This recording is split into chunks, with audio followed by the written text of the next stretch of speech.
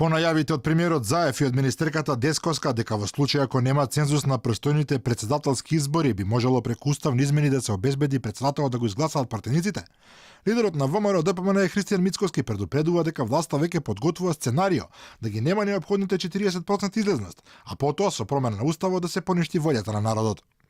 Последниве денови се погласно се говори од страна на експонентите на власта дека наместо да избираат граѓаните може на избор на председател во Собранието на Република Македонија.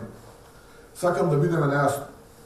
Ова е сценарij за суспендирање на волјата на граѓаните, поништување и укинување на правото граѓанинот директно на непосредни избори да го избира својот председател.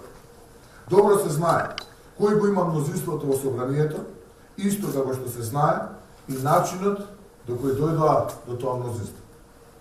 Со ова изборот на председател ќе се сведе на трговија со услуги, наместо да биде јасна волјата на народот изразена непосредно на избори.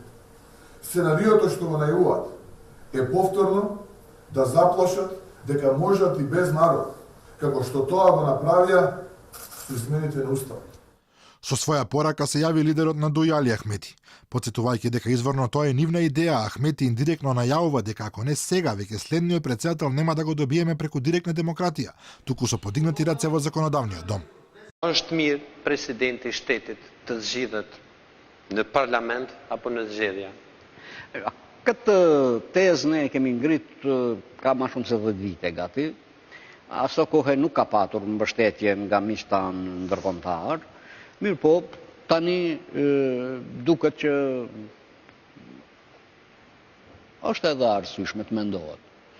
Mund të zgjidhet edhe prej parlamentit. Оваа идеја е прифатлива и за албанската опозицијска беса, од каде вела дека во предвид доаѓа дури за следниот циклус избори, додека за сегашните нема дилеми. Председателот оваа година мора да го добиеме на регуларни, демократски и чисти избори. Инаку на сите досегашни председателски избори цензусот не бил доведен во прашање и шефот на државата бил избран во рамки на пропишаните услови.